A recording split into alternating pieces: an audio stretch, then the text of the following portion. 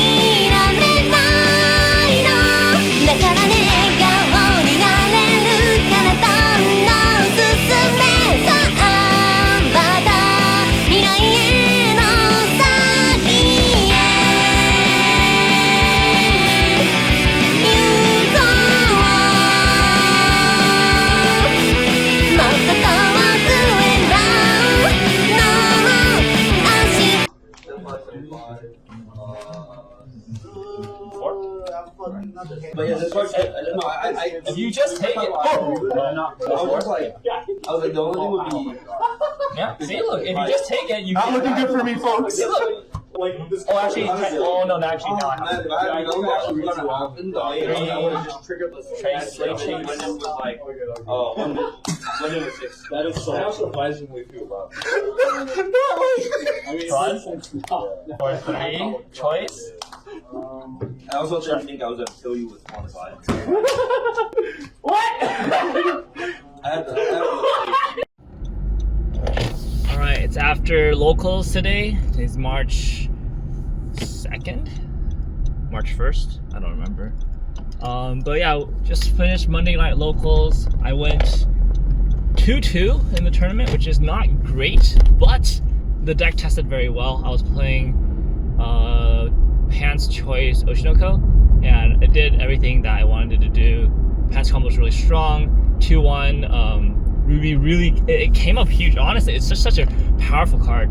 I'm really excited about what the deck can do. But more importantly, the person who won locals tonight was Steven, who has been playing the Akane level 1 combo for a long time in Oshinoko, and we've been brewing together. We've been like passing ideas. We've been playing around with like the Mill 20 2-1 Aqua combo. So definitely been like trading ideas and suggestions. And I showed him the Pants Choice build, and he really liked the idea with like the 2-1s, and especially specifically, I was also testing like the Abiko Sensei package. 1-1, he really liked that, so he added that to his deck. But he's still playing Akane level 3, so it's 8 Pants. But honestly, that deck looks considerably better than my deck because it gets to run all 3 colors. It's tricolor, but like blue focus, so you still get to play like red early play, still get to play like the 2-1. And you don't play as much yellow, you don't need experience, which is really nice. And yeah, I think like that deck actually might be the play. So I'm gonna go ahead and change my build from 8 choice or Pants Choice to 8 Pants, and we're gonna be testing that for the rest of this week. And honestly, it just looks really strong. I feel like it might become the good go-to fallback deck. So I'm really happy about testing today. Really happy about the progress. I do think like we're on a good track. So she just gets reverse party power for this. Funny card? You bitch! What a good card. All right. Oh, fuck. What a funny card.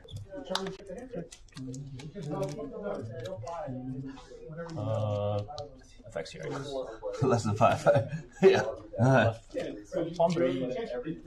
Red one, keep on.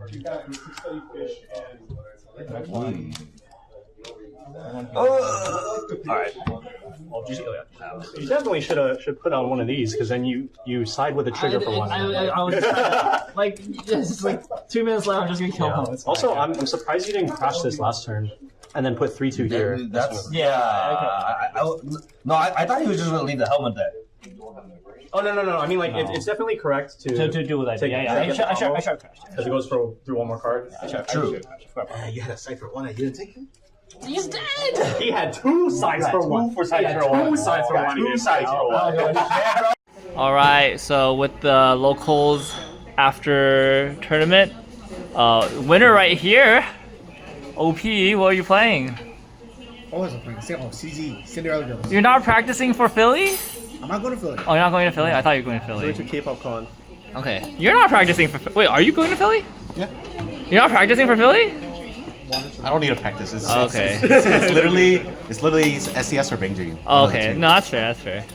All right, but yeah, both of us played pretty much the same deck tonight. How are you feeling about that deck? It's probably one of the best decks I played. Yeah, for sure. Yeah, Steve and I have been labbing the list out, and at least during this Oshi portion of my testing, we're gonna be working on it together. I got another week of playtesting before I move on to Fujimi, so yeah, we'll see. You're not playing Fujimi. I got tested, dude. For Worlds? Am I? Dude, I might.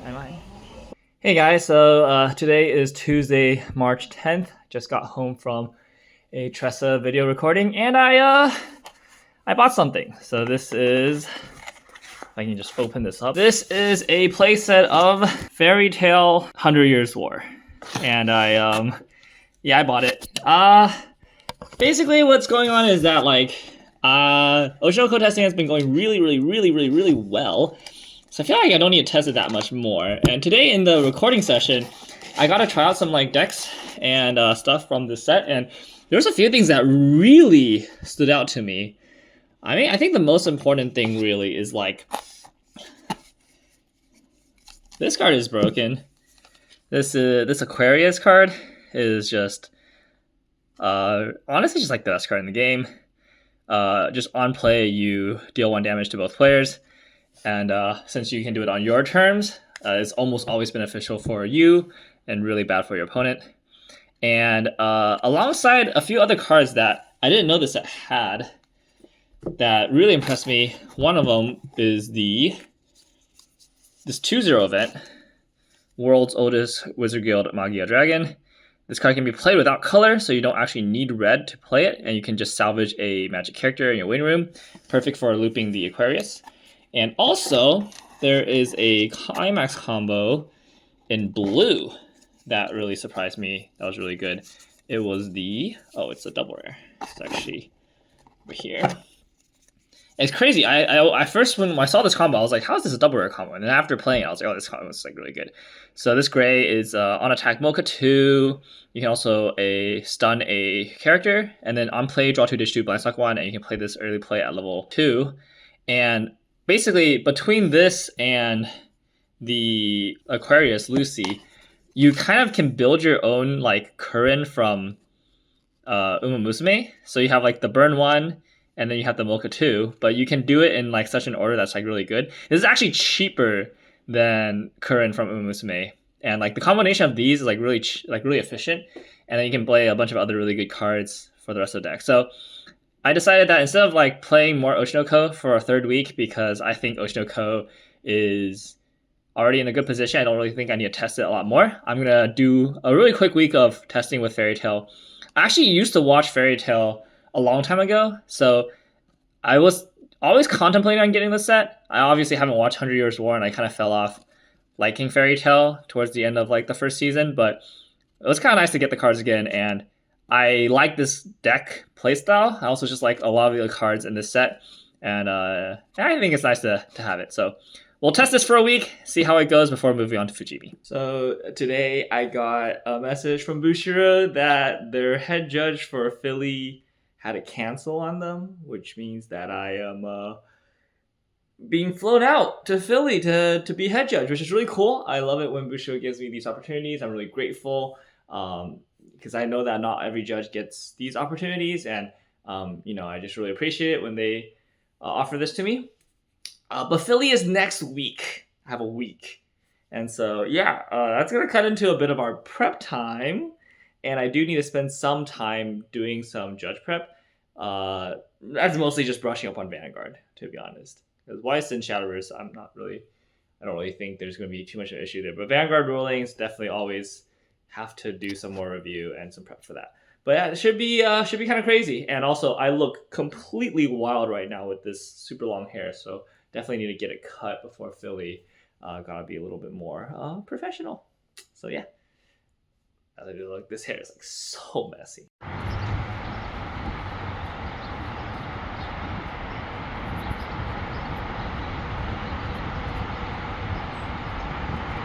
Got us right? Okay. Alright, so Johnny just delivered these team jerseys for me for this is 80 Card House and Card Art. I think they're doing like a like a joint team. Is that right? No. And so I'm apparently sponsored. I don't know what that means yet, but they have these sick jerseys. Look at this. Look! Wow! That is so nice.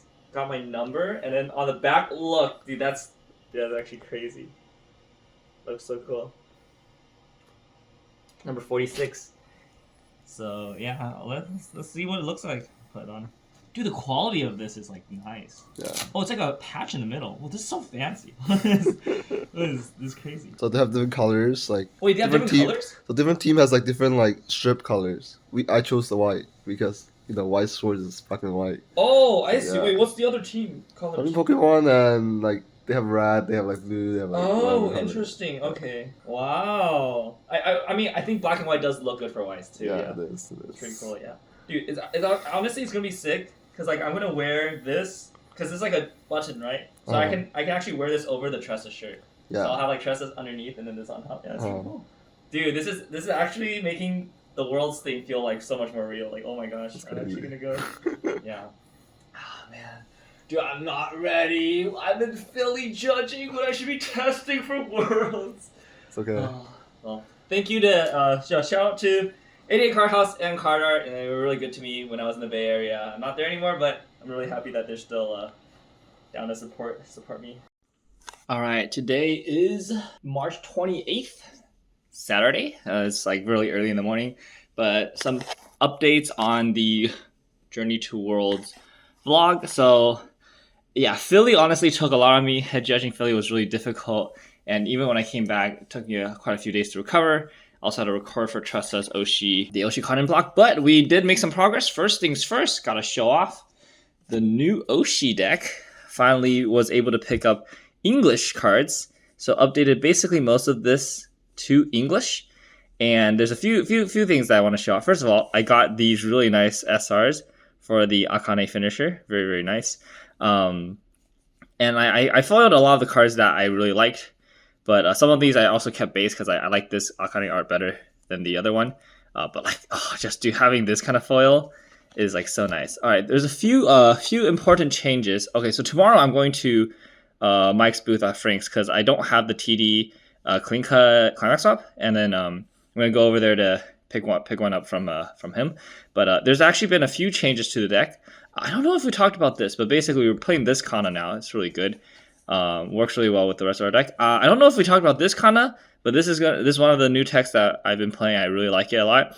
She gets 1k for every other, so even at level 0 with a full board, she attacks for 5/5, which is kind of crazy. You can stack all the reverses on her. And then she can sack another show business to move to the back row. So it kind of denies reverses, always basically gives you a good attacker to attack with, which is really nice. But here we go. Goa. This is Steven. So basically Steven and I have been doing like a kind of like an Oshinoko arms race where I develop a tech and then he like counter techs. So my tech was the Kana. I played these two together, and basically you'd have like Kana, both of these Kanas in the front row and like a third lane, and then you would use this Kana to kill the third lane, run her to back row, and now your entire front row is empty, and so this Kana can run anywhere. And basically, he was just getting 0 reverses all game against me. It was really funny. And then so he went home, and then he found this card. So this one is on play, you can choose one of your opponent's character and one trait of that character, and the character loses his trait. And the craziest thing is that this Kana requires to send a show business character from stage to waiting room. Matter of fact, all of these effects specify show business or like specify trait specifically, as well as JC effects like this also is when your other trait character is front attack, you can use the JC. So this will actually deny the like JC effects, which is pretty cool. So we're playing one of them so that we can't get countered by JC in the mirror, which is pretty sick. I mean, we do have the room for it. So yeah, but anyways, just able to pick up a bunch of these foils. They look really great, especially like this foil is really nice. Dude, I love all the Ruby Aqua foils because they have like the star in the eye. It's really nice. Except I didn't get it on this one because the eye is too small, so I didn't care. But yeah, anyways, can't forget the best girl. Wow, look at Abiko. Dude, I love this foil so much. This Abiko foil. Dude, Abiko is like actual MVP of this deck.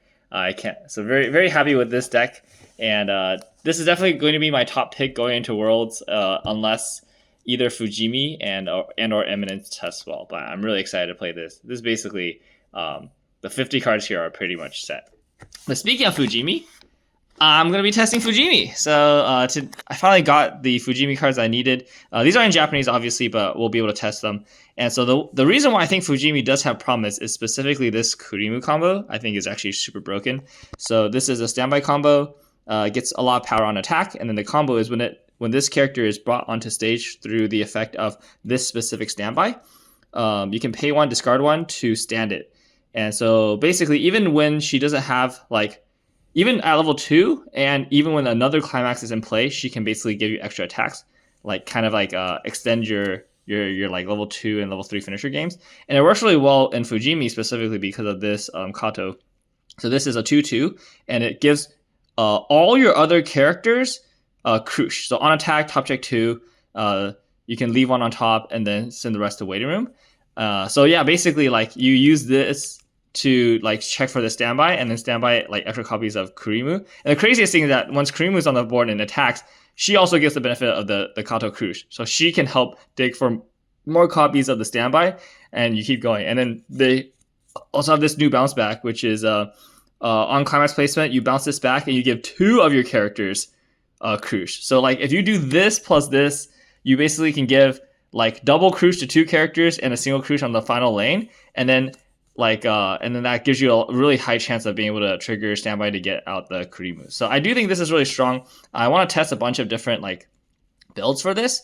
I think like 6/2, like 6 standby 2 of like a finisher could be an option, or you could do like 4/4. So gotta test a bunch, and haven't exactly figured out what kind of decks I want to test with this, but I do think like this core is very strong, and I do want to test it.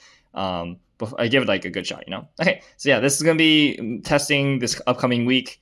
I'm still on track for scheduling, and so we're not too behind on testing, and yeah, feeling good. All right, so this is pretty crazy. They actually did a ban list on May 1st.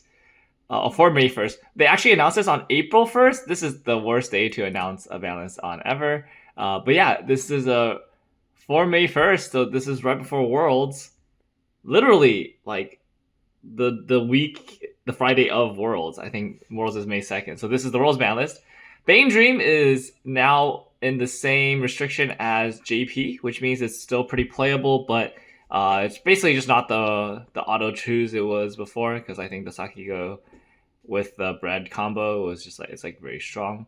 I expect to see a decent amount of Bane Dream still, but definitely not like the outright like most broken deck. A lot more fair. This is the confusing one. So they added the 1/1 onto the ban list, but then they unrestricted. Well, they added this to the ban list. So I think the brides is still on the like restriction list, and then they added a new restriction. This choose one of two between Shaltier and Yuri. Wait, actually, is this? No, wait, this is set 1 Shaltier. Oh no, so brides and Yuri are now on the choice list, and the 1/1 is now banned. Or not banned, it's restricted to 1. This one is just so confusing to me, because like this is a huge buff, right, to Overlord, and Overlord was already doing well. Because I think Overlord before they were only running like 2 or 3 Ein, so now they just drop it to 1, and then now they get to just run brides again, or Yuri, one of each, or either. It's like, that's crazy. I don't know why they buffed Overlord right before Worlds, but seems interesting, I guess. And then Hololive, they added a polka to the choice restriction, so now it's Luna Mio polka. It means that when you're doing 8 stamina, you can't do the 1/1 polka, but you can still do 0/0/2/2, which is like a very common way for the deck to be played. So you can still do level 0, level 2 combo. So this doesn't change too much either. It just means that people can't play around the polka level 1. They have to play like 1/1 hand on course probably. Yeah.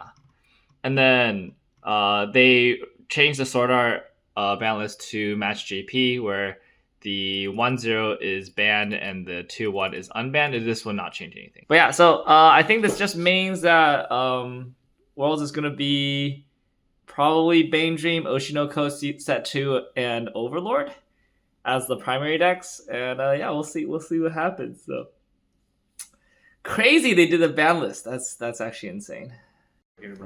All right, so we just finished playing some games. Yeah. Are you testing? What are you playing? Are you testing anything right now? I'm just testing like everything for World, anything, like literally anything. Like yesterday, I think I tested like Bane Dream, and I was not having fun. Which build? I was testing bar pants, so it's like I was not having fun with that deck. I see. Yeah, I queued into Steven, which is like he basically played like almost the same thing as you, and then like I was getting like ripped, so it's like it's probably not. I'm probably not gonna take that. I see. So I don't know. Still need to see. Still need to test more to see how it goes. But yeah, we'll see. Yeah. Well, we just played a game where he played my deck, which was kind of nice. Got his feedback on this. Looks pretty good. I think one change is like the helmet might come out for like the Fukujiro, but otherwise pretty happy with this list. I still haven't tested Eminence. Are you gonna play Eminence? Are you gonna try testing it? I've only read the finishers. It's like I just think it's like it's weaker Azure Lane, or it's like weaker Bolchi Rock, because like the burn 5 times and swing for 3 is like the same damage output as Bolchi Rock anyways. It's like I might as well just play Bolchi Rock. We don't have the whole list yet. Yeah. There's other cards you can play. Yeah, but like I still want to test it, because I think like there's other finishers that might be pretty good. So we'll see.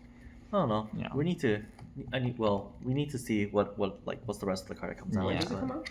I think it's the same week as Fujimi, so it's right before Worlds. It's like Fujimi and Eminence have a dual release, so it's actually so cringe. It's so cringe. Did they get like delayed or some shit, or? Which one? No, nothing got delayed. It's just Underdone was delayed before. Yeah. But I need to give you back your Fujimi stuff. I tested it. I'm good.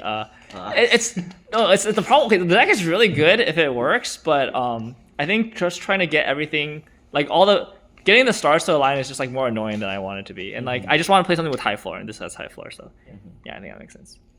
All right. Well, good luck on your prep, bro. All right, thank you. You too. All right. Sure. You want to... I just need to see what's here, what's not, man. Okay.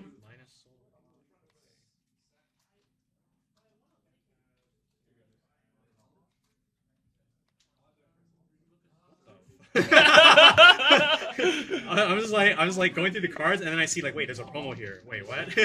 I'm testing it out. Okay. We can talk about it afterwards. I've been thinking about it. Weird champ.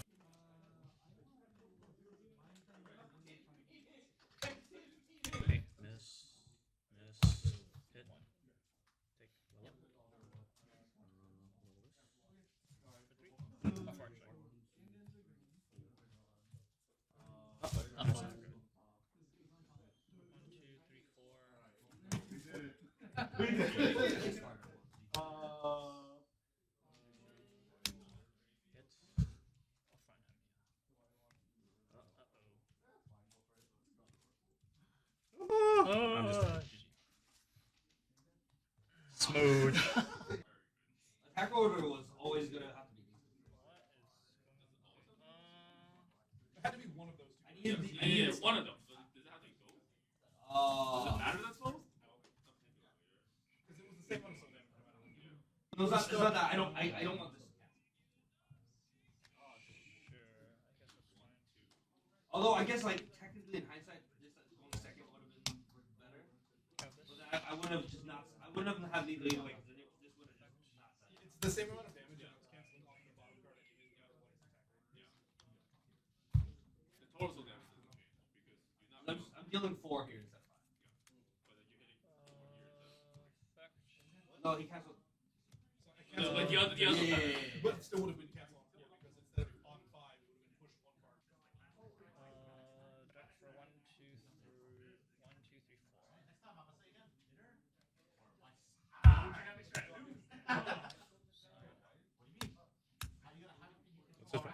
Mill bottom, burn if it's 0 or climax, and do it 3 times.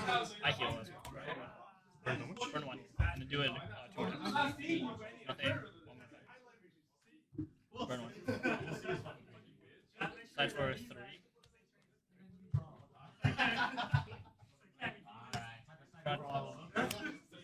Effect.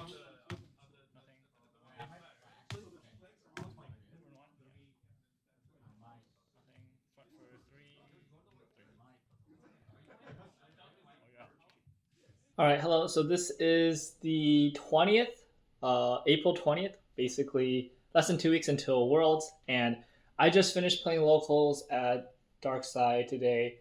I went 3-0 with the 8 Pants Oshinoko deck, and so I mean it seems pretty good, and I'm probably gonna be sticking to it. But gonna make some changes to the deck right now, and I'll kind of walk you through some of the more recent developments in my testing journey. Yeah, so let's get right to that. All right, so anyways, here's the deck, and it's pretty much unchanged from before, but there is a card in here that I tested tonight. I don't see it right away, but that we're going to take out because it didn't come up. Oh, here it is. All right, so we were trying this card out today. So this is a 1/1/7/5 +1 soul in the center hand encore card. And so here, let me walk you through the story of why I even like ended up with this card. This card was originally this in the deck, this 2/1 Akane, which is a pretty good card because when you play Climax, you can give cross turn power, and then when you trigger Climax, you can ditch Climax Salvage. And I initially really like this card in the other list, like the Door Pants list. But in this list, when I was testing it, it just felt like way worse. And I couldn't really understand why for the longest time until like basically this past weekend when I was like playtesting on my own. And I realized that it's because in this deck, we always have the Akane 1/0 in the back row rather than the front row. So our back row slot is like this plus Brainstorm, usually during the mid game. And so if you want to develop this 2/1 Akane, you basically have to move one of these 1/0s up to the front row. And then you would like end turn with this plus like the Brainstorm in your back row, because you basically never, once you develop the Brainstorm, you never get rid of the Brainstorm. It's like too important. But if you have this in the back row and then the next turn you're still at level 2 and you need to like try to loop combo again, it like feels really bad because now you have to like try to get back to this. where like, and like this doesn't really help you get to this. And if you don't have a climax, then like this card's not doing much. So I think in this deck, it's like way worse to play this card specifically, compared to the other deck where like your back row slots are a bit more flexible and you can just kind of park this in the back. So I decided to cut this out, and I was originally going to play this again because I did cut the bouncer, and I might go back to this because the bouncer's pretty good. But what I figured was like, in a lot of playtesting, I just felt like this deck needed more at level 0 and 1 to be more consistent. And level 0, this deck is already at 20 zeros, so it's like can't really play more zeros honestly without like just leaving so many zeros in the deck to get like burned with. So I decided to try a 1, and so this ruby kind of caught my eye as like a potential level 1 play that can add some more consistency. But realistically, after playing tonight, I think it should just be a third copy of the Aqua, because this is just like really good.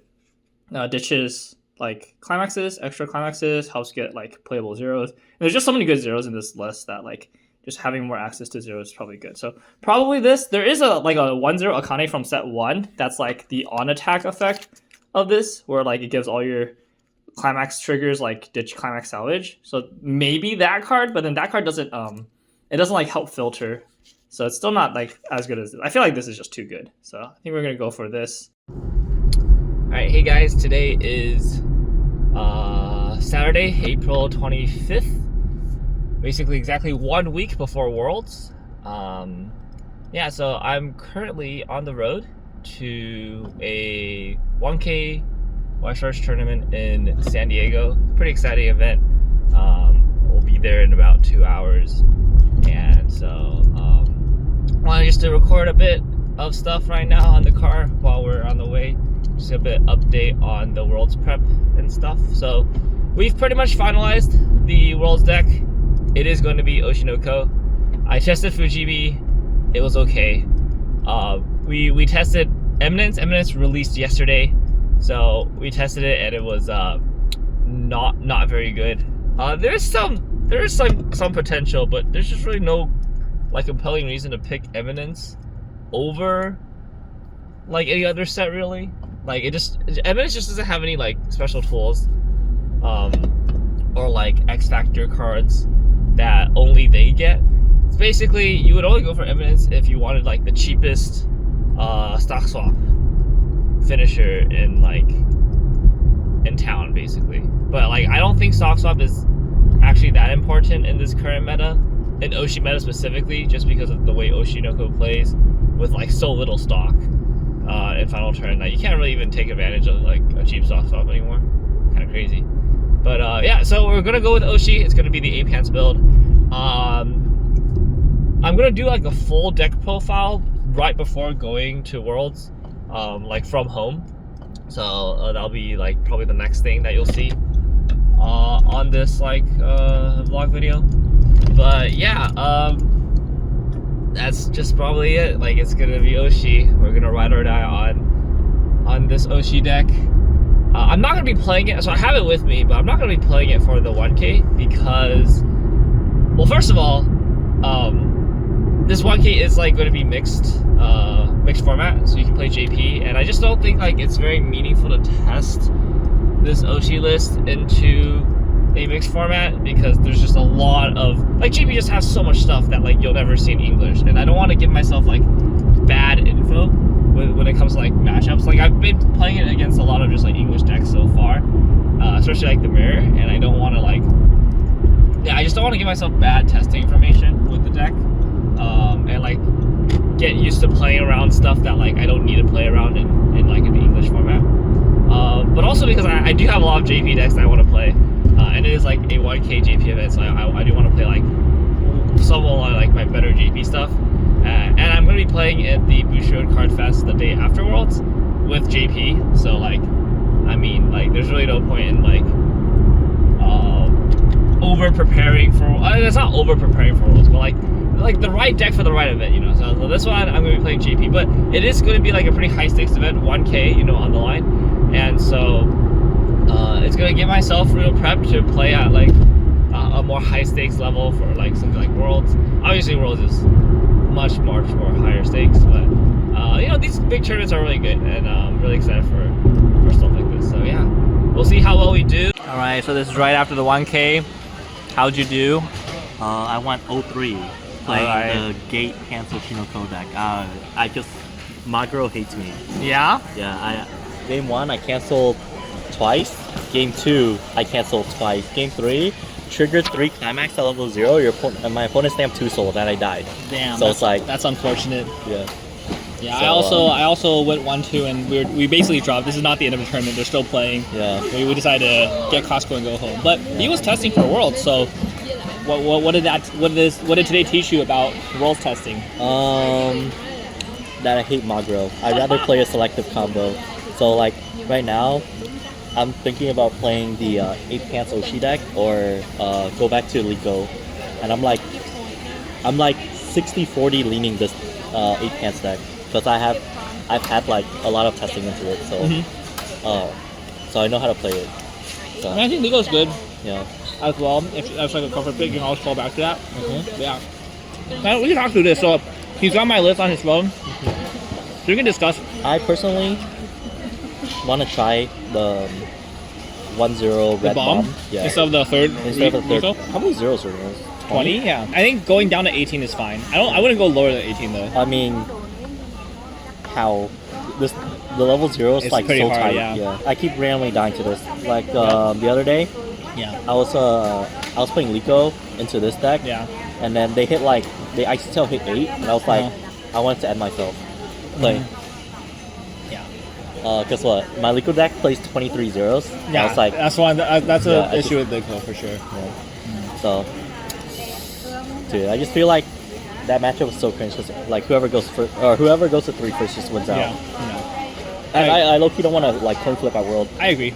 So yeah, I need to steal Kenny's deck out there. Yeah, because I don't know if you have any way to pay the climax out. So I think this will be kind of fun. Start attack. Balance, get 1K. Yeah, start attack. Dark first. Hit one. Each one. Make the bottom card of your deck. Play one, hit one. One of these to play over. Exactly again. Play one, hit one. And then this will be for 4. One.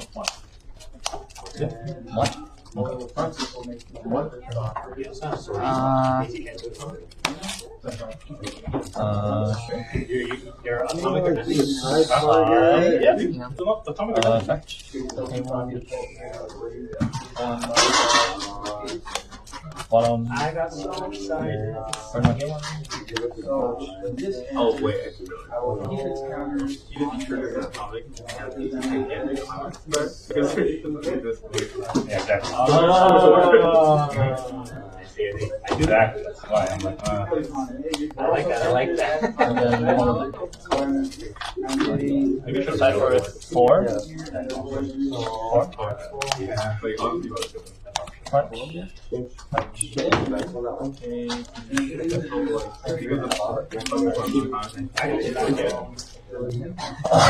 There's no way I was like. Get up here. Excuse me, sir. That's rude. yeah, you just kill with this, sir. No, I'm gonna side here. Just kill with this, sir, Randall.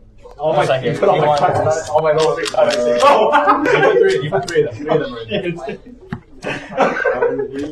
Huh. One. I'll do my best. Maybe I'll leave this, sir. Okay, well, hold on. I have a climax. Side for okay. 3, 4, -1. So I need those 5 just to be stuck down there. Go back with 5, right? We'll start with this. Yep. On play. That's the wrong one. On play. Top check 2. You put it here this time, right? So. No, I put the soul here. Wrong one. That's the one. Okay. We might live a turn.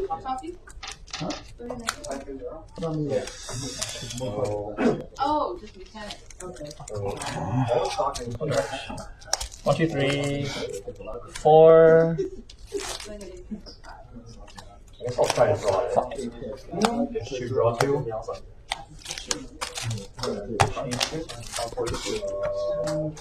Offer it. Pay 1. Well, I mean, like, you have a climax, so you're signing it. Like, I have this here. Okay, yeah. You're killing them. You have 4. 1 for 4. chilling. You're probably pretty much. I'm the one that's not chilling. Alright, hey guys, this is Chairman Simu on my channel. Oh my gosh, I'm doing like the Trustless Collectibles intro. Alright, today is... What day is it today? Today is... it just turned midnight, so today is now April 29th, like in the AM. I just finished sleeving the deck. I'm taking the Worlds, the exact 50 cards, no changes from here on out. So I'm going to do a deck profile here. I just got back from an Oshi Meister Cup, and I actually won the whole thing, 4 rounds, went undefeated with this list. So I'm definitely feeling really confident about this list. I'm really happy to be repping it, and so yeah, I'm really excited to show you guys what I've come up with. I think this is gonna take a long time because I'm just gonna talk. I'm gonna talk a lot about the card choices and like the stuff I've learned through this testing cycle. And I think this is gonna be really important for me in terms of my personal prep, because I've been basically prepping this deck for like good 2 months now. And there's been a lot of stuff that I've learned and gathered through testing and stuff like that. And I haven't written it all down because I'm not really good about doing that. But there are learnings that like if I don't kind of like internalize them, it could be easy to forget on the big day playing. And so I'm just gonna talk through everything as much as I possibly can, not just for the sake of like presenting it as like a deck profile, but also just for me to learn it before this weekend. So yeah, so this is gonna be very long-winded probably, and I'm just gonna like kind of ramble, and I may or may not edit this down, but like honestly, for me personally, I just need to ramble. So please bear with me, and I hope you guys enjoy kind of like the deep dive into my deck. So we're taking Oceano Code. This is going to be 8 pants. So it's going to be 4 level 1, 4 level 3. And yeah, I think 8 pants is going to be the way to go. Obviously, the meta deck is Door pants, Door level 1. I don't like the Door level 1 combo for a lot of reasons. I don't like that... I think that the selectivity is a little bit weak. Top 4 selectivity is like, it leaves a lot to be desired. And I think it doesn't help the play style that I want to play for the mirror match. So I think in the mirror match, if you're playing Door Pants Mirror, a lot hinges on your level 2. And your level 2 game basically makes or breaks whether or not a player wins or loses. And I just think that the Door Pants deck has a lot of weaknesses at level 2 that if you like shoehorn yourself into that climax combo structure, it's very hard to fix the issues with just like additional tech cards. Fundamentally, what I think is the big weakness of that is that at level 2, you're trying to play damage control. You're trying to heal as much as possible, but also like give yourself the correct timing to like level yourself up to go to level 3 and like go for a finishing turn if possible. But at the same time, you want to do that without bleeding too many resources. But if you play cards to help damage control, either like heal or like mill or do other stuff, then that eats away at your ability to play climax combo and combo for like for resources and something like that. And if you play combo, then that eats away at your ability to like to do damage control and to like to optimize for that kind of stuff. Whereas I think with the level 1 Akane combo, which is a John combo, you can always have them in the back row and then play other cards in your front row to do to heal. You play healers in your front row, play other stuff, and then you can still resolve combo and still like sculpt for what you need. Also, I think with like the top check 4 at level 2, it's like really weird because you basically have to like hope that you get the right cards in the top 4, and you don't really want to mill all the way all the time because you're playing damage control. You're trying not to like open yourself up to like too many to going through refresh or like in a bad deck state. But with the John combo, you can always just search out what you need, and like in a pinch, if you like hit your opponent to level 3 and you're like a little bit worried about like going into that matchup, you can just search 3 zeros, and that just like drastically decreases your risk at level 3. If you're like mid 2 and they're going for finisher turn, you just search out 3 zeros, and assuming that the rest of your hand has like 1 or 2 combos, then like you're probably going to be fine. So I think the Jean combo actually, because of that, has a lot of like really good counterplay in the mirror, and I expect the mirror to be the most I play. So that's why I'm opting for this, just for a little bit of like, asymmetrical gameplay. Because like with symmetrical mirrors, it's just very boring and is basically just RNG. Alright, so at level 0, we're playing 3 copies of the Aqua Riki, and then 1 copy of the Kana. Though this is the Aqua, like the Yamada Aqua effect, Shenlin for the JP players. These are all our clock cards at level 0. You can pay 1 clock yourself during main phase to get some effects. So you can play 4 of the Aqua, but I do like the 1 Kana because it kind of diversifies a little bit of like resources. This search is level 1, but this can get anything, and then it can also get a bunch of resources. Also, the grappling hook effect comes up a lot, especially in this deck, because we are playing a level 1 combo that needs to reverse a battle opponent. So a lot of times, like, if my opponent tries to deny me by just like crashing or like doing whatever, and they have a back row like a brainstorm or something, I can just drag it up. Even though it's like a minus, it still allows me to kill a back row on their board and also get my advantage by like playing climax. So that comes up a lot. I do end up using a grappling hook quite often, like pretty early. And it also can come up in the late game. I've used this to like push cards in the front row to the back row to like get around like some like anti-burn and stuff like that. Yeah, so like, but generally speaking, this is like 4 copies of a card that I can clock myself at level 0. I think the number is pretty good. The way I approach deck building is I play a lot of one-ofs, but rather than thinking of cards as like individual cards, I think of cards in terms of like what their function is. And so to me, this is playing 4 copies of like a clock myself effect at 0. So even though it's like 3 and 1, I think of this as like a package. I think of this as like a 4 of, right? And then obviously this is like my main level up for blue. I don't think there's anything to talk about for the Aqua. Like, you obviously have to play it. One of the best cards that they got in set 2. But the 1 Kana in this deck is really important. I would not cut it at all. But obviously Aqua is a little bit better. We're playing 2 copies of the Kana Arima runner, and we're playing 1 copy of the Kana Arima runner. These are 2 different types of runners. And again, to me, I think of this as 3 runners. I actually originally had a third of the yellow runner, and I was playing like 4 runners.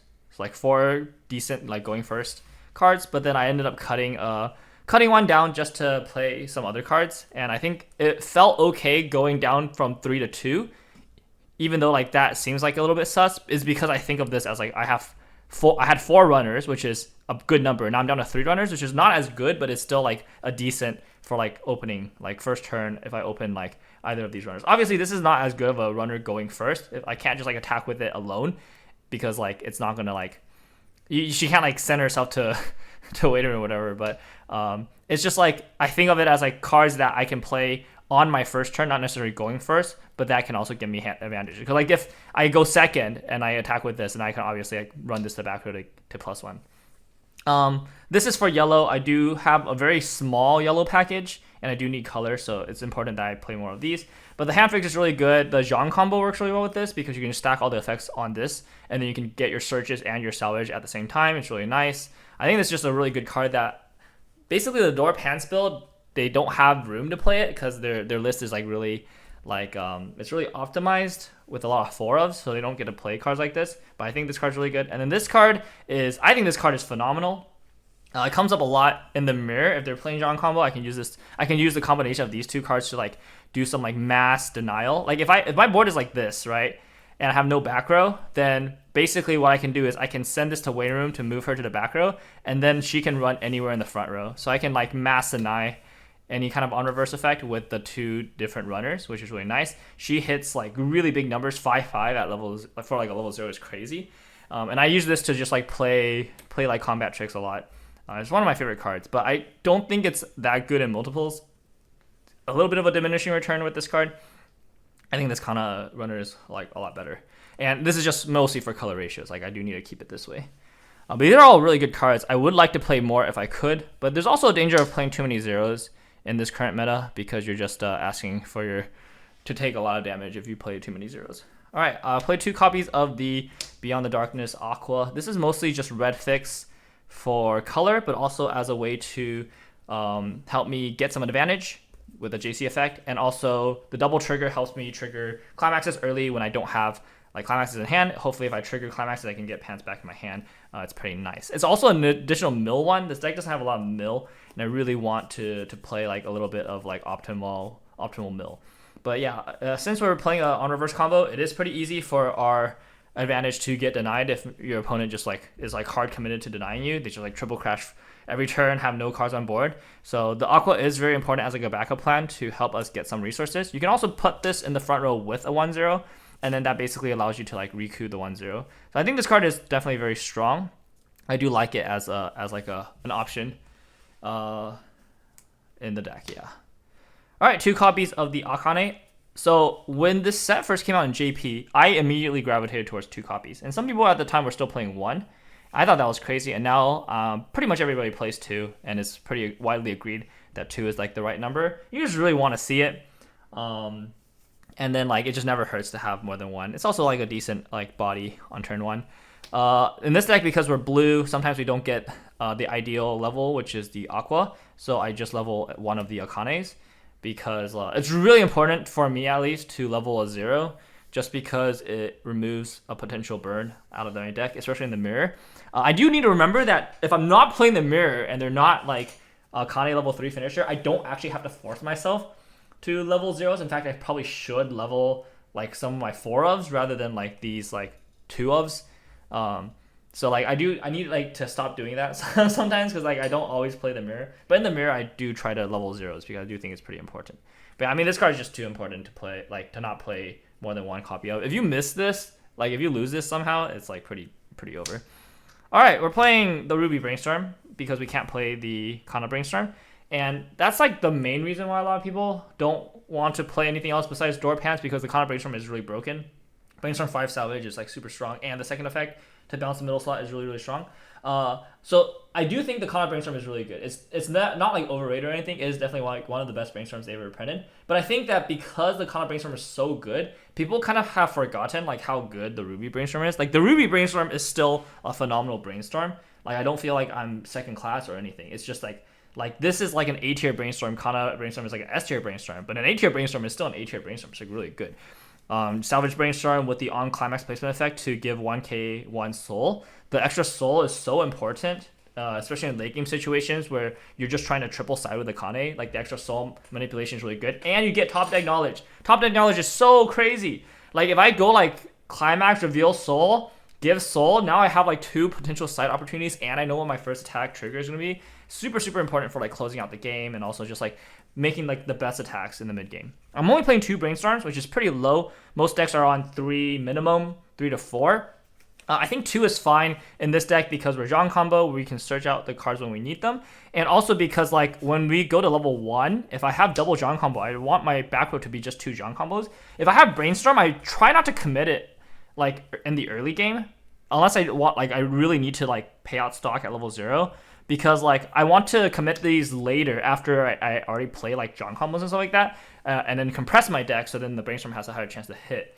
Yeah, if going to level 1, if I can just have my front row be 0s and my back row be like 2 Johns, and then like I can just John combo again the next turn, that's like the best. So I don't think I need that many brainstorms. It definitely will like, what do you call it?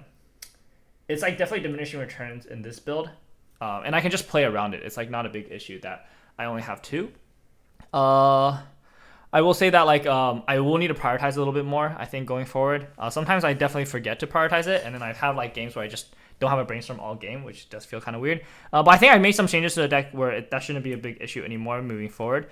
So, but yeah, just remember to prioritize it. And then this is these are my 4 yellows that are not like yellow level 0s. So the other yellow cards I play are all like level 1, like level 2s basically. And so I need to level 1 of these to get color. So it is important that I'm running like at least 4 yellow targets. All right, we're playing 1 of each climax swap, 1 Akane, 1 Ruby. Some people run either, like one or the other. I'm on both.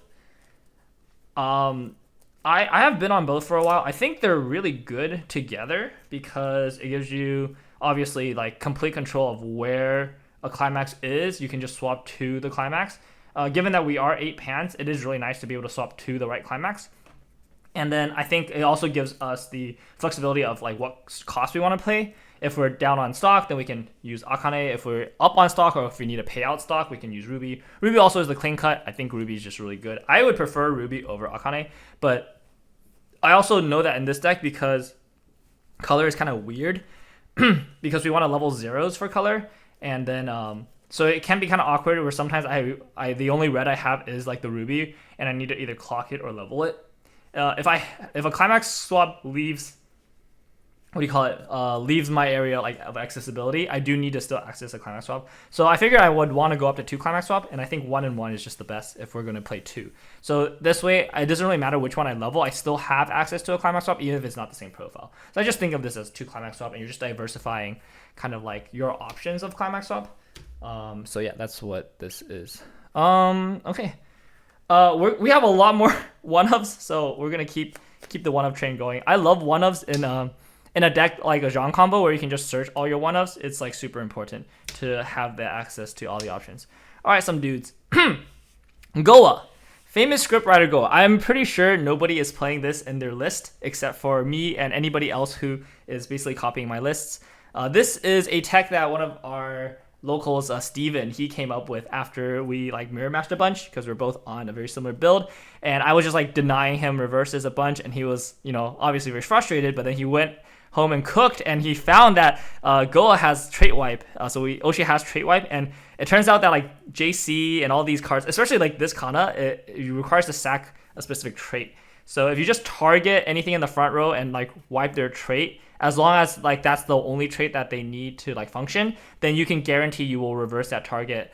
They can't sack it to any like JC, they can't use a JC effect or like a sack effect, and even like sack counters, they usually specify trait. So you can't even like sack it to like a sack counter effect, which is really, really strong. Goa basically just turning that all off is really good.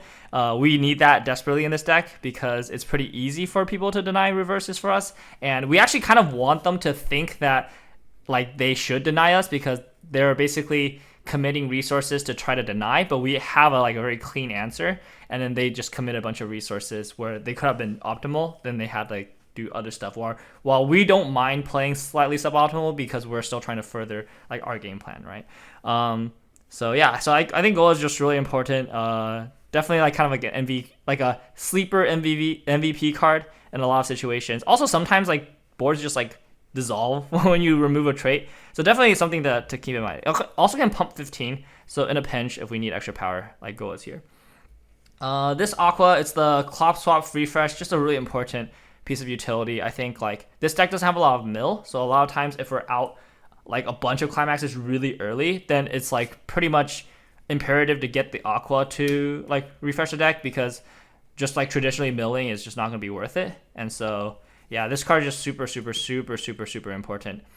Basically it is a red level 0, but we can't afford to like ever level this or even clock this, because like we can clock anything else and use this to swap it out. But if we clock this, we have nothing to do to swap this out.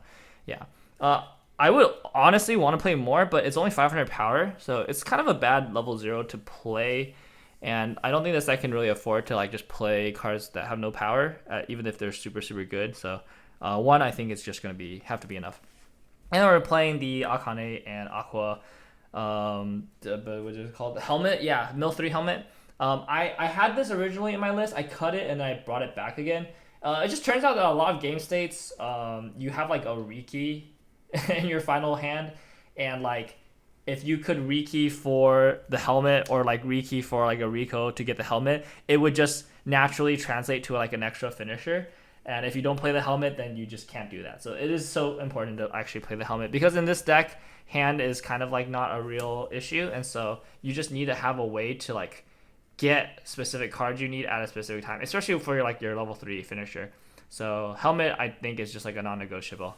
After I cut it, I was like, oh, I like lost so many games because I just didn't have access to helmet, and it was very sad. All right, 4 copies of level 1 Akane combo. What else is there to say about this card that hasn't been said yet? I mean, this is just the best combo for like a deck like this, where you care about your quality over quantity, and yeah, I mean, it's just really good. The extra power is also really nice because you can solve boards way more efficiently. Instead of like all your characters are big, you can have like some characters who don't need to be big, they can be small, and you can pump all the power to like a single lane to just like murder that lane. So I think this card combo is really good. It's always been like a favorite combo of mine, and I had doubts that it would be good enough, but like because of some of the cards that we are playing, like this is the best combo for it. It just enables so much of the deck to be what it is. Yeah. All right, next we're playing 4 copies of the 1-0 Aqua Rico. This card, my original list of 8 pants had 0 of this card, and it has basically slowly been adding more and more copies of this card until now we're finally at 4, and I think 4 is the right number. So this is definitely, for me, a really big learning experience where at first I just really undervalued this card. I just thought this card was kind of bad because it was a Rico that was level 1. And in my opinion, I think Rico should be level 0 because like that's just like the best time to access them, the time where they're most useful, because like, if you're at level 0 and your hand is full of unplayables, you can play a Rico, discard an unplayable, get a 0 from waiting room. That's like super, super important, right? So I just thought level 1 Rico was just kind of like not a good profile, but it turns out I was wrong. I was very, very, very wrong.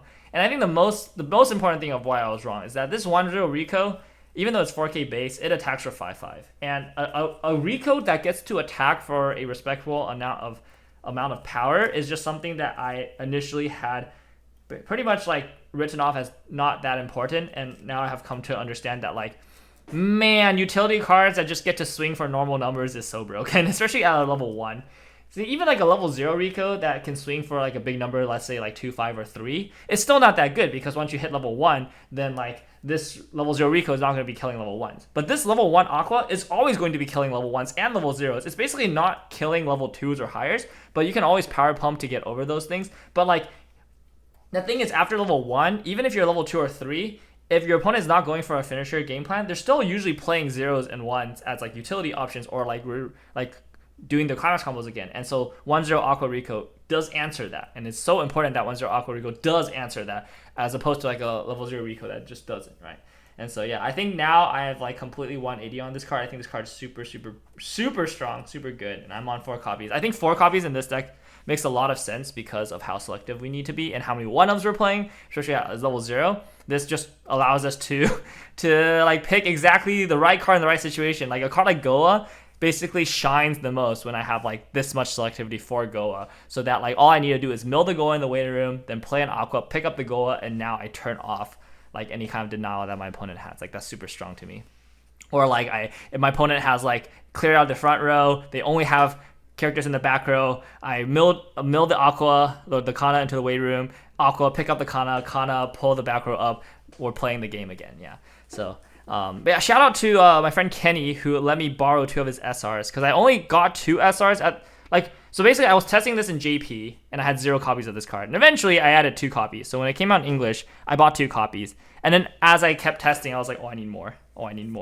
But I wasn't able to get 2 more copies in time for Worlds. Thanks, Kenny, for letting me yours. I will treat them nicely. All right, well, moving on to level 2s. Okay, here comes the spice. All right, this Ruby is this is one of the big bets I have on this deck.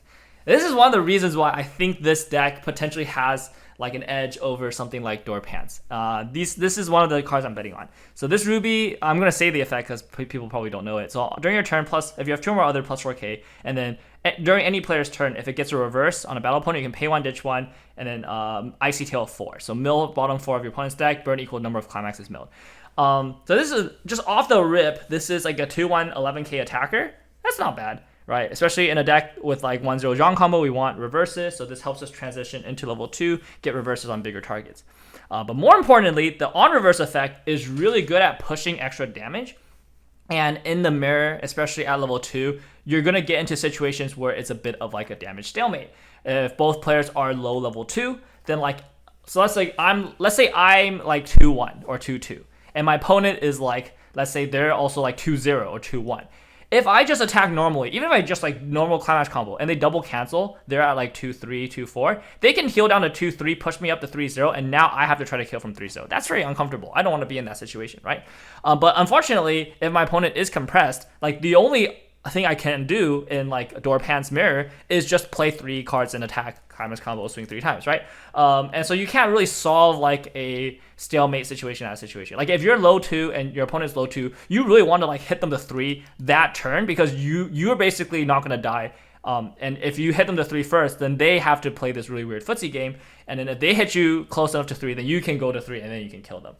And so what this Ruby allows us to do is, if we're having a pretty good game, even if we're not having a pretty good game, this Ruby just comes up really nice, is that if your opponent is compressed, then when we swing with this Ruby and we get a reverse, we can use the Icy Tail effect to mill those climaxes out and burn them for additional instances of damage and push them way more basically push way more damage on the turn that we use this Ruby than they were probably expecting. This happens a lot, especially if they're at like towards the end of a deck. Like let's say they're like doing climax combo, and they go like attack, top check 3. Oh, I see a climax on the top. I'm gonna stop there. We're gonna stack the climax, you know, the second card down, and I know there's like more climaxes underneath that. I'm like super safe, right? But what you do is you attack with the Ruby. The Ruby will cancel off the climax off the top. But now, like if the rest of their deck is like there's like less than 4 cards in their deck, you know there's a climax in there. Now you can just like pay 1, Icy Tail, rip the last climax out, and then now, instead of like another guaranteed cancel, they're feeling good. Now, all of a sudden, they're taking refresh damage, they're taking an extra burn 1,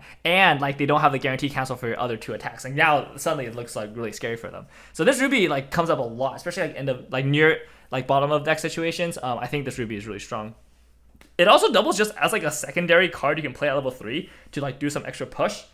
Because yeah, like in like low resource games, you can't like triple combo, and triple combo is 7 stock, right? Without counting for accounting discounts. And then double combo is 4 stock.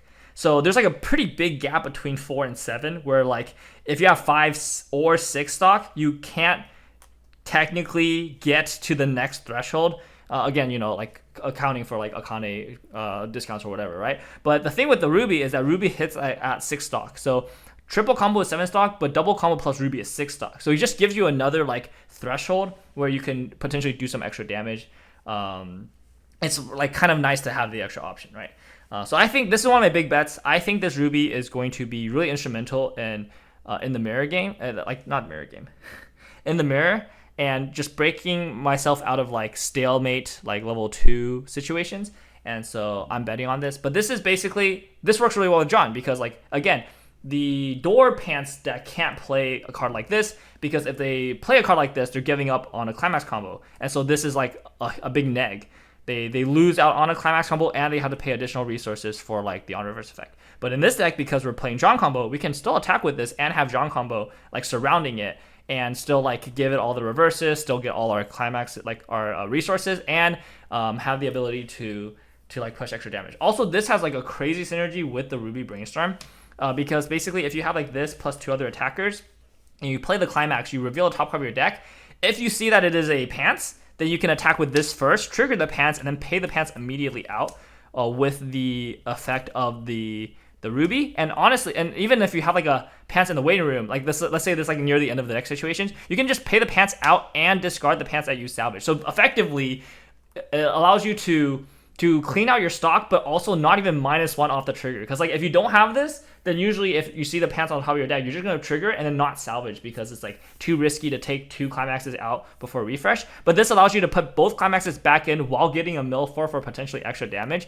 It's kind of sick. And then if you don't see a climax, then obviously you attack with something else first.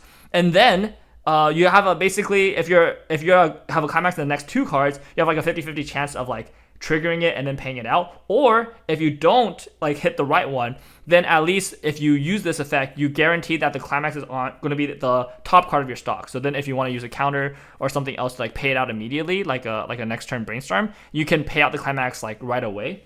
Whereas like if you didn't have this, then you could have climaxes buried pretty deep, which would be kind of bad. So yeah, so this comes up a lot. It's a really good card, and I was actually kind of low on it like a few weeks ago in testing because like I just wasn't using it, and I was like, oh, maybe this card's not actually good because I'm not like actually like utilizing it. But then this past week, I've just used this card a ton. It just comes up in so many situations. I like won games with the card in like low resource situations when I didn't have climax combo and stuff like that. So yeah, ultimately I flipped on it again. I think this card's really important. It is one of my big bets coming into Worlds, and you know, a big bet is a big risk to take, and we'll see if it pays out. All right, 1 copy of Taiki. Not much to say about this card. You know, you just kind of need it. All right, and then counters. We're playing one of each: anti-change and minus soul. How do I say it?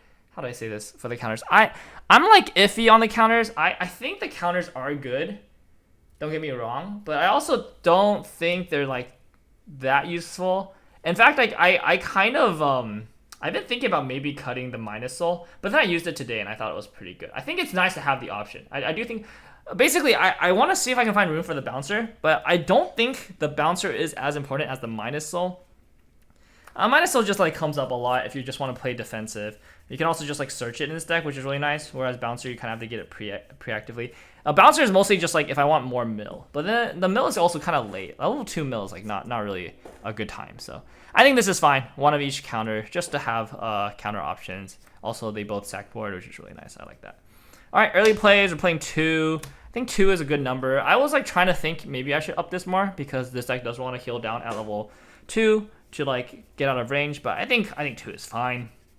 And this is another example of like a case where this card is like feels so much better in this build compared to Door Pants, because again in Door Pants you play an early healer. If you attack with it, that means 1 fewer climax combo. In this deck you play the early healer, you can still triple combo because you can have the John in the back row, or you can even triple combo and have like other stuff, or quad combo because like you can just have like it's like 1 early healer and 4 Johns or something, right? So it's really nice. It gives the deck a lot more flexibility because of that. But early play healer, obviously you need it to like heal out of range and stuff like that. All right, level 3, we're playing Akane, 4 copies of the level 3 and 2 changer. This is the big learning thing for me. I'm gonna talk a lot about this. Okay, so 2 changer might not seem like a lot. I think it might be too much. I am like seriously thinking that if I had like maybe another like a week or 2 on this list, I might drop this down to 1. So here's the problem with the changer. Before today, before this past week, I had like basically always prio changer because I'm like, oh, I have 4 copies of the level 3 and 2 changer. Obviously, I get the changers. Those are like extra copies of the level 3. They help me plus. In this deck, I kind of play pretty loose with my resources, so my hand size isn't really like crazy on final turn. So I'm like, oh, I would like the extra plus. The plus is nice. And I've lost at least 2 games where I have changer in hand, 1 or 2 changer in hand, and then all my Akanes are still in deck. And I like brainstorm. And obviously this deck can't mill a lot, which is like a problem, right? But like I brainstorm, I play over the brainstorm, I brainstorm again, and then like the 3 Akanes are still in deck. And I like literally cannot, and I just like lose the game because I can't combo. And so what I've come to realize is that like this changer is a trap. It's a bait. This changer is only good when you already have the Akane in hand, and then like this Akane to discard this to play the changer, so that way you just like basically get the card back for free. This changer is a trap. Otherwise, you always need to have Akane in hand first. So before, I was like, okay, my search targets for level 3 is going to be 1 changer, then 1 of the 3/2 Akane, and then 1 of this. I have now changed the order. It is this first, then this, then this. This is like the 3rd most important card to get. And then after this, a 2nd copy of this. So like now I'm like prioritizing getting like the actual 3/2 before the changer. And then obviously today I did a lot better. But yeah, this changer is such a trap. It's like such a trap, dude. It's like not even that good, honestly. It's not even that good. This 3/2 is just so much more important to get in rotation, because it is surprisingly hard to like have them in rotation in this deck specifically. I understand that Door Pants probably mills a lot better and can just like double brainstorm 5 like to like mill 10 and just get the Akanes like out or stuff like that. You can also like trigger the Akanes, like you can go like on attack, top check 4, add a level 2 or higher, top check 3, and then you see the Akane, so you trigger the Akane, now it's in stock, so you know you guarantee you pay it out with this changer. You can't do that in this deck, so you just kind of have to search the actual Akane for the finisher. So you actually have to go for finisher in this list, but yeah. That's like a big one for me to remember going forward, because I do think I was like losing games that I shouldn't have lost because I was prioritizing the changer instead of the actual 3/2. All right, and then playing 1 copy of this Ruby that salvages Climax on play. We basically can't meet the memory condition in this deck very easily. We have to like resolve double JC, which is like never happening. So it doesn't really give power. It's just here to get extra, here to get the Climax guaranteed, which I think is really good. I initially didn't have this in my list, but then I ended up adding it. I think that's really nice. Yeah. Okay. This is 48 cards. The last 2 cards are very special. So this was one of my big bets coming into this Worlds with this list. And here I am about to show you the biggest bet of them all, what I am the most excited about for this deck. It is 1 copy of Yoriko, 1 copy of Abiko Sensei. Oh my gosh, I'm gonna get emotional. There is so much to talk about. So initially, when I was conceiving of a deck built around 2/1 Ruby, I was thinking, well, we play John level 1 combo, obviously, because you can play 2-1 Ruby, give the John Search. And I was thinking, for level 3, we should just be playing Kana combo, because Kana combo is basically cheaper than Akane combo. It is, because like Akane is just on attack pay 1, Akane is on attack pay 1 ditch 1, Akane heals, Akane has to like hit on the combo to heal. And so Kana is just like a very low resource combo. I really like her a lot. And Kana is, it's yellow, so it works really well with like all the yellow cards that we need to play. I wasn't running red in that list. So the problem with Kana though is that it requires experience 6. And so obviously yellow has a bunch of good level 3s for experience, but this deck is, like, John combo is blue level 1. So you do want to level blue first, in which case you do need experience level 3 for blue. And there are not a lot of very good level 3 blue cards that can just be played. And so as I was looking through the set list, I saw Abiko, and I was like, you know what? This could come up.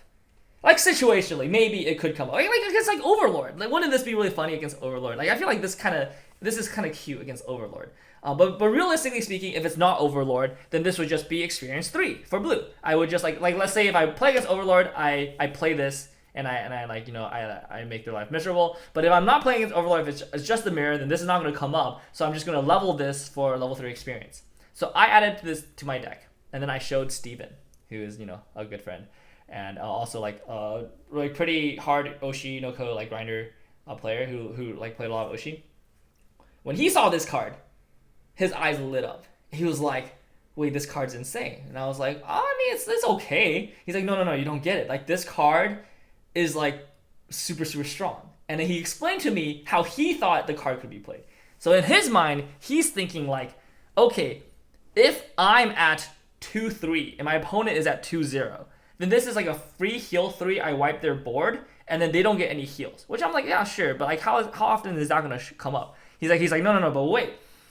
If I'm level 2 and my opponent is level 3, like let's say I hit them to 3-1 or 3-2, and then they heal down to 3-0 and develop like a whole board of level 3s, but I'm still level 2, I can still early play this, wipe their level 3 board, I heal 3 at level 2 from like 2-5 to like 2-2 or whatever, and then they're stuck at 3-0. Because they healed down at 3-0, and then you use this to like wipe all their board at 3, and now they like have nothing, and you like healed 3. I'm like, that's, you know, you're right, that's actually kind of crazy. And then he did it. He did it in the most disgusting way possible. He played against Japanese Standby Overlord, and he used Abiko at 2-6 to wipe an entire board of 3-2s. I watched 10 stock of level 2 and level 3 characters just evaporate before this girl. Like, oh my god, when I saw that, I was, dude, it was like an epiphany like nothing else. I saw the light, and I realized that this card is such an X factor. So this card, there's a lot of learning for this card. I'm going to talk a lot about this card. Okay, so you would think that this card, because of all what I just said, seems like a pretty good catch-up mechanic card. Like, let's say, yeah, you're like 2-3, your opponent's 2-0. This is like a catch-up mechanic card. You heal 3, you wipe their board, you slow down the pace of the game, right? Even if you're like you're 2-4, they're 2-1, like you can afford to give them like a heal, right? But the problem is it doesn't work that well as a catch-up mechanic because yes, you are healing 3, and yes, you are wiping their board and slowing down the pace of the game, but you're only attacking once afterwards. So even though you're healing 3, you're only dealing at most 3 damage, and if that cancels, which, you know, let's be real, it's gonna cancel because it's just one swing, and then your opponent's gonna attack 3 times, and then now all of a sudden, like, you have no more damage lead. So it's actually not very good for catching up. What it is good for is completely checkmating your opponent when you are ahead. And it is that situation where if I push my opponent to 3 first, and I'm still at 2, and they cannot push me up to 3, then I win the game. Because they will like heal down to 3-0, they will like play their level 3s in the back row, they will try to stall out another turn, and then they want to play in such a way that like I am not able to like kill them, and therefore they get another turn at 3 and then kill me. Abiko completely checkmate that situation entirely. If they have level 3s in the back row, I early play Abiko, I wipe their level 3s, they lose the game on the spot. There's nothing they can do. But Abiko is also a checkmate situation when my opponent hits level 3 first, they heal down to 3-0, and then they don't kill me, and I'm at like 3-1, 3-2, or 3-3. Sometimes in that situation, I can't go for finisher. Like, I don't have the climax, or like if I were to go for finisher, it would be kind of risky because if I don't kill them from 3-0, then I'm dead. Because like, even though if I go for finisher or whatever, like, you know, I'm just potentially in a situation where like their board or whatever resources they have will be able to like come back and kill me, right? Abiko in those situations will also reset the board so that they have no more resources, they lose all their characters, I heal down to 3-0, and even though I get only one attack at level 3 and they probably can cancel that, now they're left with nothing and they can't mount like an attack to kill me from 3-0, and then I will be able to more safely go for a finishing play. This will come up a lot against a deck like Fairy Tail, for example. So Fairy Tail is going to hit level 3 first because they want to. They're going to triple Natsu, they're going to triple combo with Natsu, and then they're going to, even if they don't kill, they're going to be like, I'm standing on 3 Natsus, I'm at 3-0, I have anti-burn on every lane. If my opponent wants to kill me, they have to devote like a bunch of resources to bounce or do other stuff with my board. And then like, if they don't kill me through that, then I'm going to untap with all my Natsus because they're really big, or I protected them or whatever, and I'm just going to kill them. In that matchup, I'm just going to draw Abiko. I'm not going to go for a finisher. I'm just going to be like, hey, I'm 3-3, heal down to 3-0, blow up all your Natsus. I get one swing in, maybe it lands, maybe it doesn't. But now what are you going to do? You use all your resources on your Natsu board. You have like no more stock, no more hand, no more nothing. You can't kill me from 3-0. My Abiko is just going to murder you, right? So I think this card is just so good in those situations where like traditional decks just don't have a good way of like sealing the deal. Weiss Schwarz is a game all about randomness. Even at level 3, even with triple combo, you are still dealing with like, what if my opponent just simply cancels 3 times, then I lose the game, right?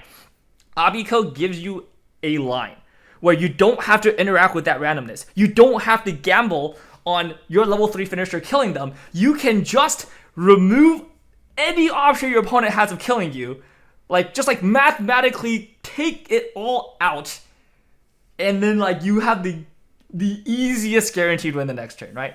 And obviously you have to be smart about using Abiko. So like if you're out, if you're not compressed, like let's say you are like 2-16, then Abiko is not going to do shit, right? Because you're going to Abiko them, they're going to lose all their resources, but then they're going to play 3 costless characters in a climax, and you're just going to take like 2 vanilla swings and die, right? If you're 2-16. So Abiko only works if you're still compressed, and even after the 1 swing from Abiko, even if it triggers a climax, you're still pretty like likely to cancel vanilla swings, right? Abiko is really good in that situation. If you're not compressed, then like Abiko is not going to be good. But if you're compressed, the Abiko is just insane because you actually just materialize a way to turn off the randomness of Weiss. That is so broken. This fundamentally just like a game warping kind of design of a card. And that's Abiko level 3. If you're a level 2 and your opponent's already at level 3, then Abiko just becomes this most unfair thing because you even heal 3 after that. Like there's really no way your opponent is going to be able to kill you, right? And so like, oh my gosh, dude, Abiko is so good. And so learning how to play this is so important for this deck. And I think one of the things with Abiko, and one of the reasons why I never really considered Abiko before in other Oshi lists, is because in a deck like Door Pants, it's so hard to get both halves of Abiko because you're devoting your top checks to get them. If you top check 4 and you see an Abiko, you're not just going to add it to your hand, right? Because you still have to find the Yoriko if you want to play at level 2. So it's just like not worth it to like add the Abiko. And then if you find the Yoriko and you add it to your hand, you're like, oh, I'm going to get Abiko later. And then Abiko, like you trigger Abiko, so now it's in your stock. Well, now you can't search it with the Yoriko. Or it goes to your clock. You're like, oh, well, that's like kind of hard to get. You have to like go get the Aqua to get it or whatever, right? But in this deck, because you're John combo, and you're doing all your searches after your attacks, so you can literally at the very last moment decide if you want to go for this or not, right? Like you can literally, I can at level 2, like 2-0, I can like attack 3 times, and then I can see my opponent is at 2-6, and I'm like, okay, they're at 2-6, they very likely will hit 3 next turn. I can make the decision to just search both halves of this and be like, if they don't hit me to level 3, on the next turn, I'm going to do this to them while they're at 3 and I'm going to win the game. Like, you can make that decision as late as possible without like having to like force yourself into specific like lines. That's why the Jean combo is so good, because you get all your searches basically as late as possible with the most information you possibly can. It's just a deck that rewards player understanding like the scenario, the game state, and understanding what to do with information. So this is me preaching at myself because like I need to remember that like going for this is situational based off of like what the game state is requiring. But also this is just like my win ticket against Overlord, because like I thought about this a lot. I don't think Overlord can beat this deck ever, right? So like the thing with Overlord is that traditionally against Overlord, you have to rush them because you want to give them as few turns as possible with Eins. Every turn with Eins that they have is just like more and more, what do you call it? What's the word? It's like what's the word? It's like, it's not like deterministic, but it's like it kind of means deterministic. They're like every turn it's more like determined that they were gonna win. Like they keep building towards like this like surefire win, right? And like the later the game goes, the more it's like a late game scaling kind of deck, right? And so traditionally against Overlord, you have to like rush them really fast to deny them as many turns as possible. But which is really uncomfortable because like if you try to rush them but they just like triple cancel, then you just lose the game because you're down on resources and they just canceled and they got lucky and now they're just gonna have all their like turns and then you just lose, right? Now so basically every Overlord game is like not determined to like the decks don't actually matter. All that matters is like whether or not the Overlord player cancels like well. But I think with this deck, because of Abiko, you actually don't want to rush the Overlord player. Now you actually want to take it slow because you want to be like kind of damage parity with Overlord player. You want to hit them to their Overlord turn and then you want to be level 2 the next turn so you can do this, right? Because then now it's like Overlord can never establish goats. Like they literally, as long as you're level 2 and they're level 2, they can never go for ghosts. The moment they go for ghosts, you Yori code their entire board, right? Which is great. So like if the Overlord player knows, then they have to like never go for ghosts, always just go for like burn ones, which just like is like that just takes like all the teeth out of that deck. And then like I feel like I can just beat a deck like that pretty normally. Or like even if they go like if they develop double Eins, I'm just gonna nuke the board anyways, right? Like they go one turn of Eins, second turn a double Eins, I'm gonna okay, freaking nuke the board. But yeah, the moment they go for goats is the moment I just go for Abiko. So like in that matchup, I hard grip both of these, and I'm just like sup. like I literally can't win. And as long as we're damage parity, like my deck is just gonna be better than theirs because their deck is like all the value in that deck is determined on goats. Like the moment they get the goats, that's when the deck starts winning. So if they can never go for goats, then I feel like that deck can just never win normally, and like this deck should just be able to win. Like sure, yeah, I could just never cancel in a game and lose to Overlord, but like assuming like both like parity in terms of like damage and stuff like that, I just think that Overlord can't beat this deck, which is great. It's great to know that Overlord can't beat it, but it's important not to rush Overlord because if Overlord hits 2 and you're like low 1, then you're kind of screwed, right? Because they just like triple side and you don't level up and then you can't go for this and then they get goats and then you probably lose the game. So yeah, this is a big bet, right? Because obviously like not a lot of people are playing it, but I've had a lot of success with this deck recently, and then a lot of the SoCal people who are also testing similar builds of this deck have also experienced a lot of success. And so yeah, I mean I do feel pretty confident in like some of the like the deck choice, like not the deck choice, but like the card choices that I've come up with, and I do think there's like something here for sure. And I feel very happy that I was able to cook something like this, because this is definitely not just like cookie cutter meta list sheep from like Japan or whatever. This is definitely something like pretty spicy that I've come up with. Yeah. Oh man. Yeah, I don't know. I'm feeling kind of excited, kind of nervous, but nervous in like a good way, because like I just want to see this in action on the world stage, you know. Like at the end of the day, it's like not really in my control. Like I can play to the best of my ability, but there's just a lot of randomness in Weiss that like, you know, I can't control, opening mulligans and stuff like that. But I would really be excited if a lot of the best I made and a lot of the choices I came up with in this deck do come to play, because I do think that is like what my hard work is for. Not necessarily for winning, but for like coming up with this idea, like iterating on it, working on it, and then seeing it actually like come to action. I've already had like really good moments with this deck. Like I used this today to win a game. That was really sick. Yeah, and it was like exactly the situation I just talked about, where it was just like my opponent had triple Akane and they were 3-0 and I was 3-3 and I didn't have the climax. So like, yeah, I could clock and draw 2 and hope to get the climax and hope to kill them, but like if I don't draw the climax and I don't kill them, I lose the game, right? But then I had Abiko, and I was like, well, they have 1 stock, so if I just wipe their board of triple Akane, what are they gonna do?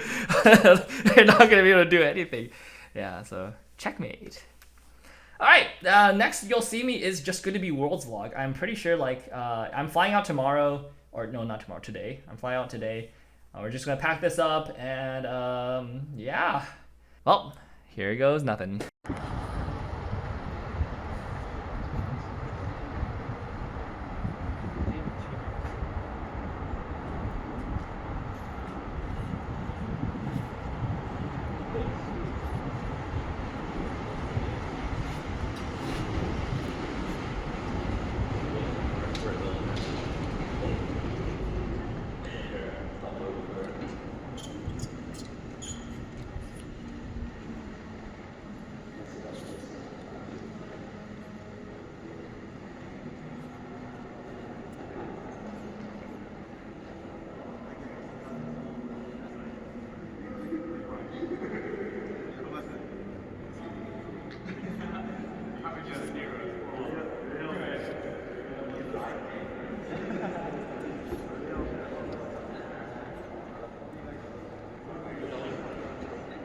Huh?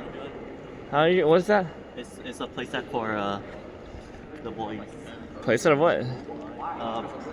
World Trigger. World Trigger? World Trigger. Oh, what the heck? Wait, hasn't bought World Trigger?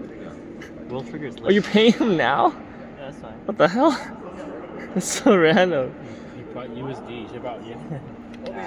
I was gonna record like a walk to Rhodes, and instead I'm recording a freaking World Trigger transaction. What the Yo, World Trigger. Yo. What the heck? I love World Trigger. Oh my gosh. Yeah. How are you feeling today?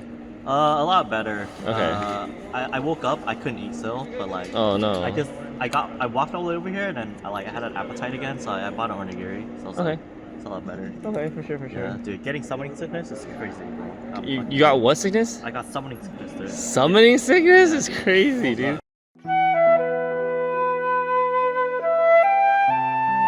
Hey guys, so this is me on the Night of Worlds. Just got home from a pretty crazy after Worlds party where I drank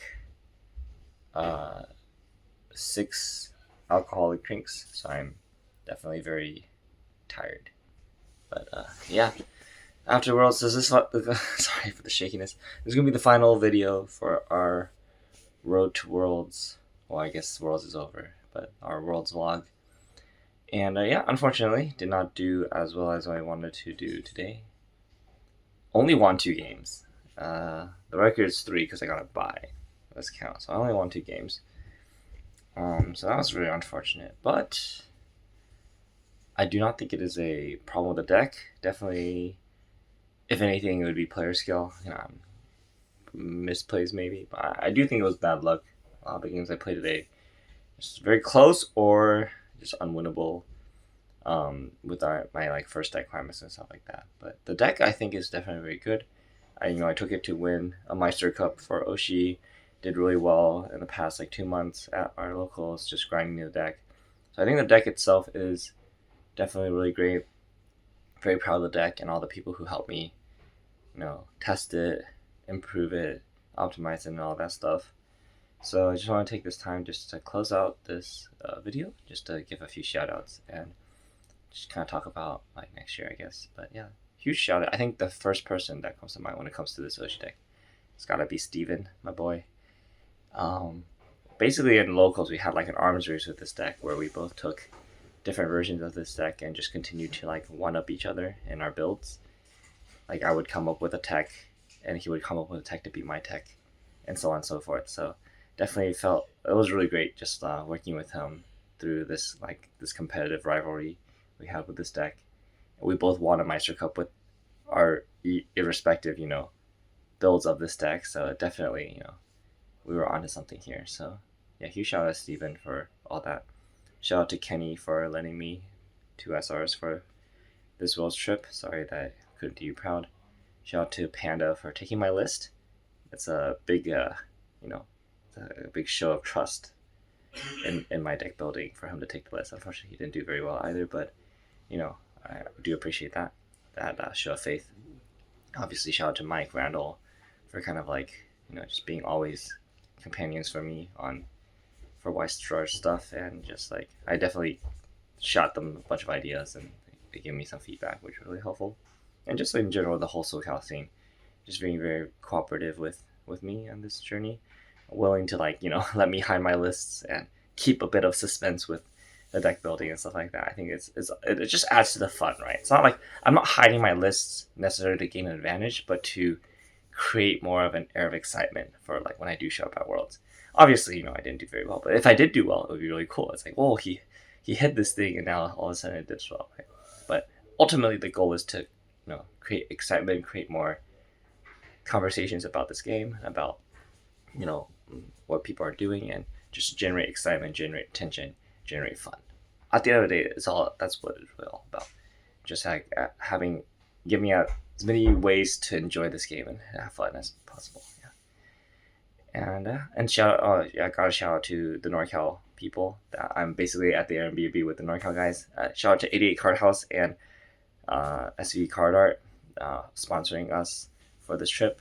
That's like so huge. Honestly, it's like amazing for local game stores to be willing to like support players, not just with like having a space to play and product, which is already huge. If a game store gives you space to play on a product, that's already like great. But yeah, huge shout out to 88 and Card Art for sponsoring us on this trip. Just like it means so much for us players because we do this for fun, even though it's like takes up every hour of our free time. But we do it for the love of the game, man. They also are in the business not just to make money, of course, but they're also there because for the love of the game. And so when they're willing to support us with with their money, that speaks amazing volume. So huge shout out to 88 and Carter for doing that. Yeah, and it's the end of the road for this year. Who knows what's gonna happen next year? I mean, if nothing changes and I do qualify, I do expect to try to do something like this again next year. But my heart is always with judging for this game. I think that's definitely my biggest passion. And so if I have an opportunity to judge, of course I'm going to take the opportunity to judge. So I will be judging Long Beach right after this world trip. I basically fly back and judge Long Beach that weekend. So I'll see you guys at Long Beach if you're there. But yeah, we'll see what happens. Every year is a little different. And, I think making worlds is definitely... Colton, I was talking to Colton from Clock Tower. He said something that really stuck with me this weekend. He said, don't expect it to be a once-in-a-lifetime experience, but treat it like it's a once-in-a-lifetime experience. Yeah, and for me, I think the worlds that I went to 3 years ago was definitely to me, that was like the once-in-a-lifetime experience. I was like, oh my gosh, I made it. And again, the next year, I was like, maybe I can do it again, but I didn't. And so when I didn't do it again the next year, I was just like, okay, maybe it is a once-in-a-lifetime experience. Like, who knows, right? So making it again this year was definitely very big for me. I was like, well, I guess lightning can strike the same place twice. And so who knows in the future, if you can do it twice, you can do it more often. But also again, I don't have to do it anymore. I feel like for me, I have a lot of fun doing the stuff that I enjoy doing, judging, deck building, making content. And so I have nothing left to prove. It's just gotta keep doing what I enjoy. So if you enjoyed this vlog, I'm not going to do another one unless I make it next year. But I do think this kind of content is very fun to make. I think it's really cool. Hopefully this inspires many other Worlds competitors to do something very similar because we all want to see your journeys. Every decision you make, every hour you spend in this game prepping for something like this, it's all worth something. We would love to see it, share in it, support you guys in it as well. So. Alright, this has been Simu, Chairman, and we'll see you guys on the next one.